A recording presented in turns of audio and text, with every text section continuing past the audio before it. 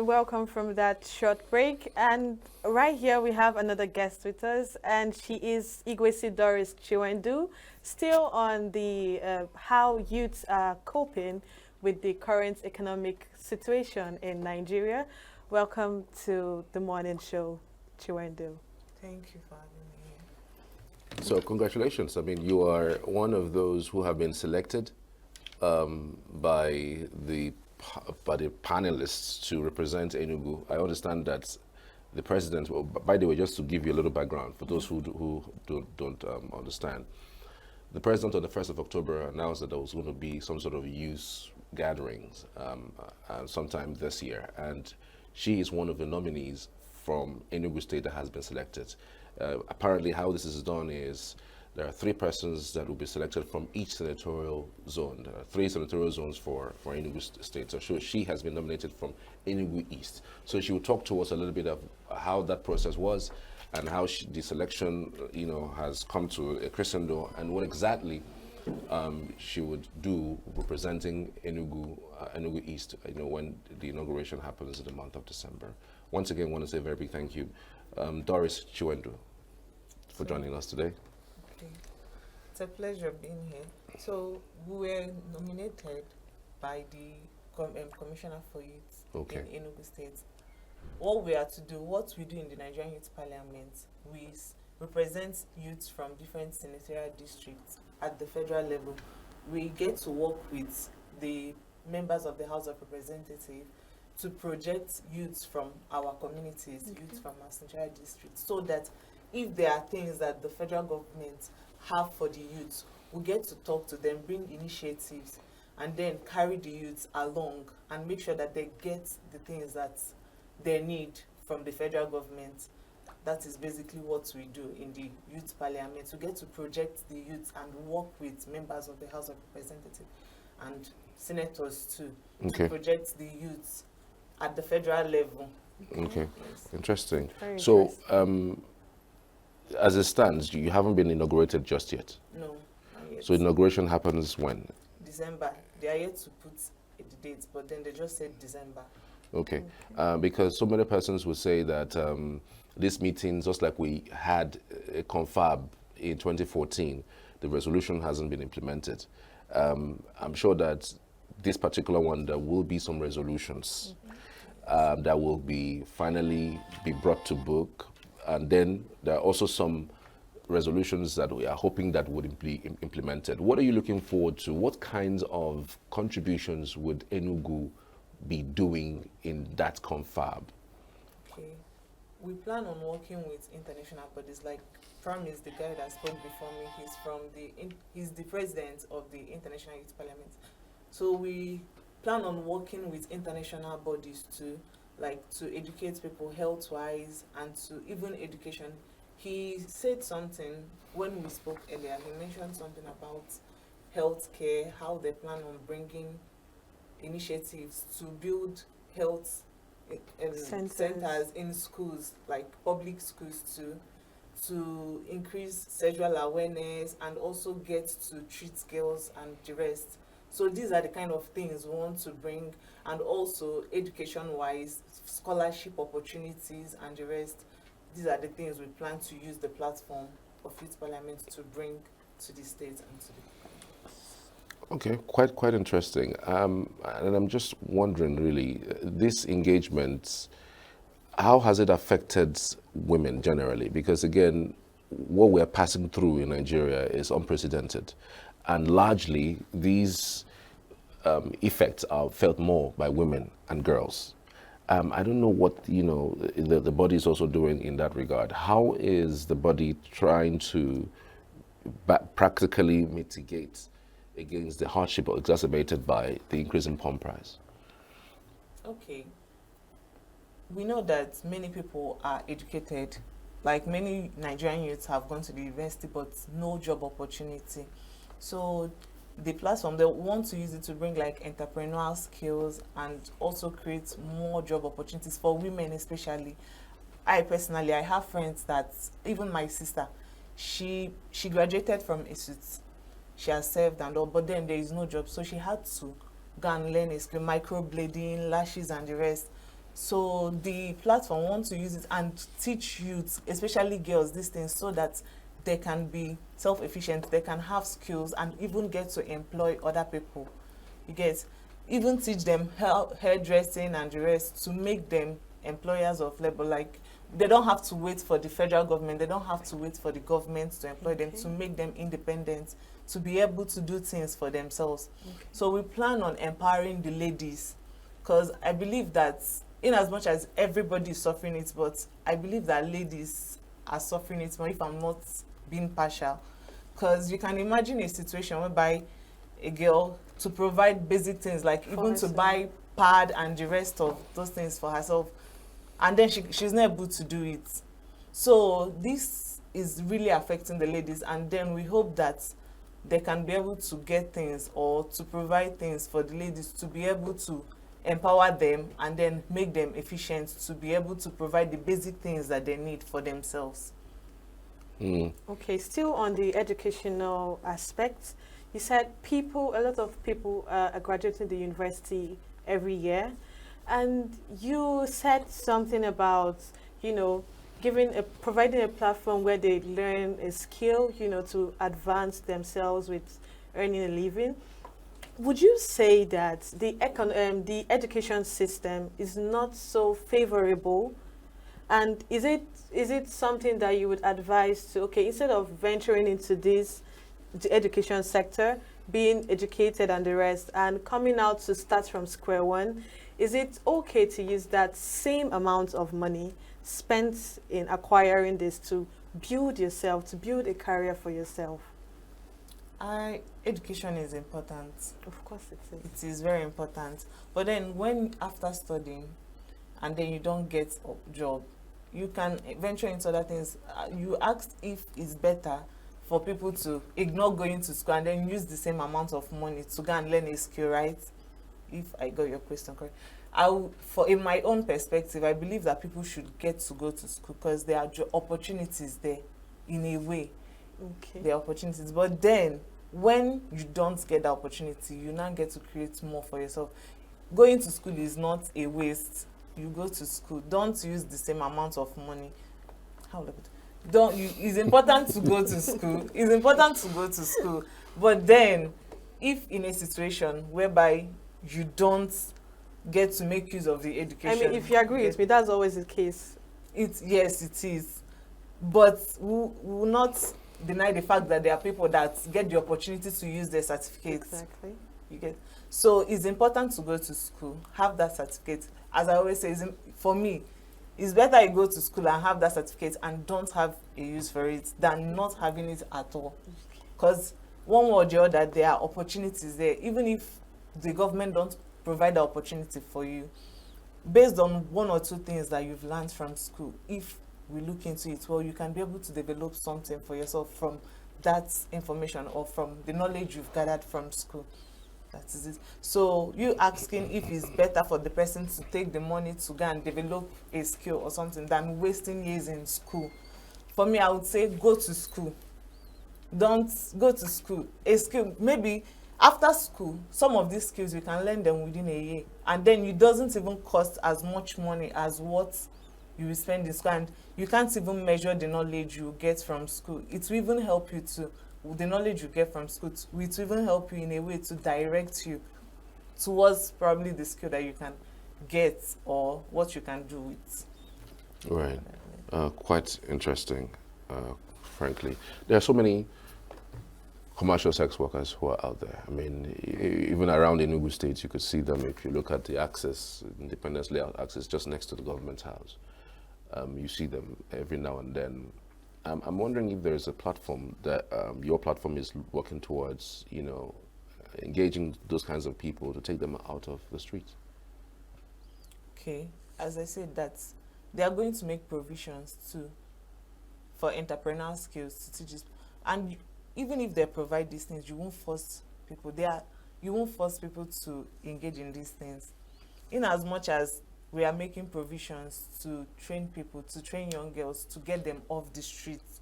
But then many of these young girls are not even willing to come out and learn those skills. How do you know that? Okay, for instance, They are Honorable Chimobi Samatu, the member representing Enugu North and South Central. He provided, there is a skill now, an empowerment that he's doing. It was open for people to apply. And then we discovered that many people are not applying for these things. And they have been advertising it, they have been putting it up. So many people don't even want to calm down and learn those things. So many of those girls that are in the streets, if I do say so myself, many of them are in a way lazy to even learn something. So even if no, but the thing is, you just mentioned it's not directly, opposite what you have just mentioned. Okay. You said that these people are lazy. Have there been communicated, or have there been communications to them as to this skill being available? Because it's not everybody that would know about that particular portal that is open. Yes. Has there been any direct communications to them? How do you know that they are lazy or they don't want to get involved in skill acquisition? Because again, as a matter of fact, nobody wants to be on the street, Okay. trying to sell sex just to get by.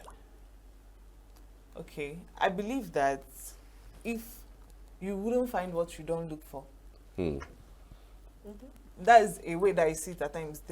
You will not find what you don't seek. If you actually look one way or the other, or if you actually look for these things, there are always maybe empowerment programs that are going on. But then most people want quick money. Most people don't want to settle, like relax, calm down and learn these skills. And maybe they expect, maybe if they learn this skill, they will start making money immediately. Many people don't want to calm down and maybe give these skills time to develop and then even build their audience and start making money. They prefer the one that they're already used to, that once they go out, okay, maybe they have the opportunity to make quick money. So after, most of them, after checking it, okay, was it last 2 weeks, I met a young girl and I asked her, this work, she's a sex worker, and then I asked her, is it better for you than coming down and then learning a skill that over time you will start making money from it? She said, is this skill that she will be good? This one, at least she goes out and she knows that highest in a day she can make money that she will use to eat. But then skill, you have to take time, go and learn. Most of these things take like months. And then where will you find the customers that will patronize you? These are the, like, you see that is her own perspective. She prefers going out to make that quick money than coming down and learning a skill that maybe within 4 months or something she can be making a tangible amount of money from. So most of them prefer quick money. Most of them are not willing to. But it's a genuine concern that she raised. I mean, it's what she's used to. She can't let it go. But if the training gives at least monies within the period that the training is going to go on for, at least that can help her stay away from this type of lifestyle. I'm not even saying that it's a good thing that she's doing, but again, it's a genuine concern that if you want to take me out of this, you give me something. Like I have to be able to hold on to something to be able to sustain myself, because again, hunger is real. Yes, it is. It is. Anybody in this country, it is. So this point you just made now is another way of looking at it. If you expect these people to come and learn, at least maybe be providing food or exactly to keep them engaged. So it's another way to look at it, and I think this is what we'll have to also look into. If you want to get these people off the streets and if you want them to learn a skill, at least you'll be providing something for them as they are learning the skill, something to sustain them till they are able to start making money from that skill. So is a good way, and then I think we'll look into that too. All right. You keep mentioning female, women. This program, is it targeted towards one gender? No, it is not. But the questions you said I should talk from the female perspective. That's it. So I mentioned female. Okay. We're also going to speak about the biggest problem that Enugu youth face right now. I mean, because you are a member representing Enugu East in that circle. What do you think is the biggest problem of an Enugu person, especially from the Enugu East that you come from? Okay. Is it just for the youth or? For youth generally, yeah. I believe that the general problem that the youths are facing, aside in my own sanitary, this unemployment too, and then say insecurity. Just like this week, we had to stay at home Monday and Tuesday.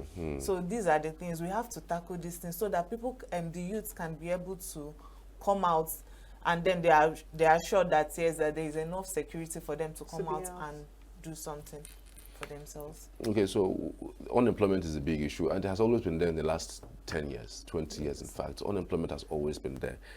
What is the specific thing that is happening? Now, you just mentioned that people are not forthcoming to even register with the ones that's available. What something extra are you doing in order to get youth engaged? I mean, if nobody comes, it means that people who are shouting unemployment, people will still be unemployed. And these platforms are still there to help people to learn a skill or a trade, and people are not forthcoming. What happens afterward? Now that you guys have found out that people are not forthcoming to register, so what happens? What is the mandate going forward? Well, we'll keep on providing these opportunities for the youth, and then in our own parts, we'll go out to make them know that there are opportunities like this that are available to them. That is what I believe. Just provide it and then enlighten them. Go there and create that awareness. Go out, create that awareness. Let them know that they have these opportunities, and then encourage them to come and register and then take part in what they are doing. So with what you have done so far, I understand that you guys have been in Enugu for some time, but what you've done so far, what's the response like? I mean, are people turning up to register? Are they coming up? Yes, the empowerment it just kicked off yesterday, and people came, like plenty people. Even some people came to register that yesterday. Okay. So yes, the turn up is actually good. This empowerment program, it's obvious that it's here in the excuse me, it's here in the urban area. Yes. So what about the people in the rural area of Enugu State? How do they get access to these kind of opportunities to learn a skill and develop themselves? Okay. The person that is organizing the empowerment is, as I said, the honorable representing Enugu South, North and South. North and South. So is basically within that axis. Okay. Yes, and then I don't think people within that is not far for them, so they are not in the rural areas. And then the other House of Reps members, and they get to go to those other places that are inside and do something for them in that side. Yes. Okay, it's fair enough. We really want to see that some of these initiatives are centered around grassroots, and beyond just centered around grassroots, people know that these things exist. And platforms like this, we would always collaborate with your organization and the member representing your area in order to get these platforms to these people so that people can be involved. Can you talk us through what this empowerment is about? What exactly is it, and what it entails? Okay, this particular one is on renewable energy. They are teaching about solar panel and all those things, so young people can get to learn how to make money through renewable. It's basically renewable energy, everything about renewable energy. Is there like an empowerment sector? Because venturing into a business like this is not cheap. It's huge. Yes. It's very huge for someone that is struggling to start up a business.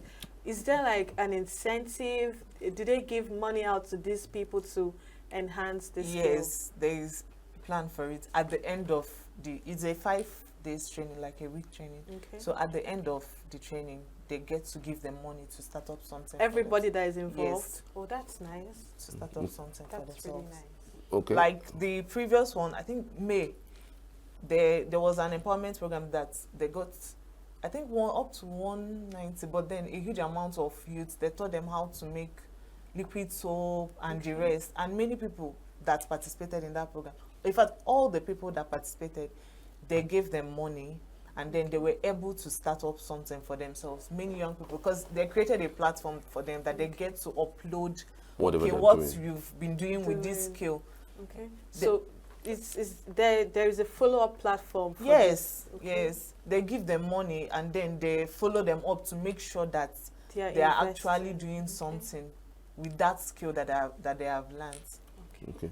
So it's not just the people that maybe that now took the money, because I'm sure some people just come, take the money and just go and do other things. But then you see people that with the money that they are giving, they have been able to make more money for themselves. So once you are willing to work hard, they are following them up and making sure that, yes, they are doing something tangible with that skill that they have learned. How much are we looking at? I mean, do you have an idea of the one for the soap? How much was each given? And this particular one, how much are they going to get? Okay, for the soap, they were giving 50,000, and then they gave them materials too. Okay. Raw materials. For the First time, they gave processing. them raw materials and everything. And then this second one, I don't really have an idea, but I believe that they will give them enough capital to start whatever that they are doing. I mean, renewable energy is pretty cool. I mean, in this day and age where we have epileptic power supply, one would want to look at the other aspect of generating power for oneself, whether it's your house or your business. And there's a huge market in that regard. I just hope that that comes through, so we can have more people who, can get that done. Because I mean, for you to be able to purchase one panel, I mean, you're not talking about anything less than 100,000.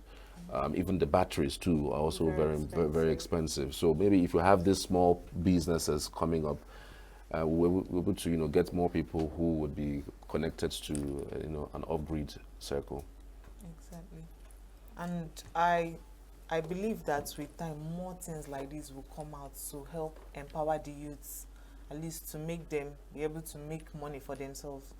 So it's actually important, and that is part of what myself, as person representing Enugu East Senatorial District in the Youth Parliament, I'm there to project, to make sure that at least things like this get to us too. This empowerment program that is going on, Yes. what contribution has the state government, impacted for the progress of this program? At least they have the fact that the person the member representing Enugu North and South, at least is the state that gave him that opportunity to be there. So he's bringing it to the states, nothing more.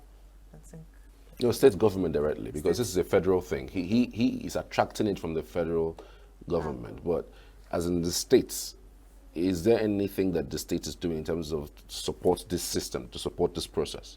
I don't think there's anything the state is doing in particular to support it. It's just NAPTIP and other bodies. Yes. Okay. So we wish you all the best, really, for all of the things that you've done, all of the things that you have said. I mean, they're all positive vibes. Sometimes these positive vibes and discussions, it ends in just discussions. We don't see it manifest. And even when they do manifest, it's just a matter of time, then these things disappear, because if you talk about empowerment has been ongoing since 2010. It's as far back as that. And up until now, we still have people who are unemployed. If we have put this so-called empowerment into good use, I think by now maybe half of our populations who are still not in that space of employment, would have been taken out of unemployment. But we hope that this little contribution will go a long way in birthing even more things, just as time unfolds. And if I'm to say, media houses like this, I believe that people have a role to play to put it out there that there are things like this going on, and then to encourage youth to actively be involved in these things. So it is important to let them know that there are opportunities like this, they should take it, and also let them know that, yes, that they don't have to even wait for maybe white-collar jobs, that they can create jobs for themselves too. Exactly, because I believe that most of the problems we are facing is that many youths are waiting for that white-collar job without knowing that there are many things that they can venture into to even create employment for others too. Okay. to encourage them not to wait for we just have to encourage youth not to wait for white collar jobs too. They should go out there and find something to do for themselves. Okay. All right. A member representing Enugu East in the Youth Parliament, Doris Chikwendo Igwesi. Many thanks. Yes. I appreciate you for coming in. Thank you. I wish you all the best. And of course, like I've always said, Signature TV will collaborate with you as long as it is something that is positive for the youth of the people. Thank you again. Thank you. All right, we're back shortly after this break. Do stay with us.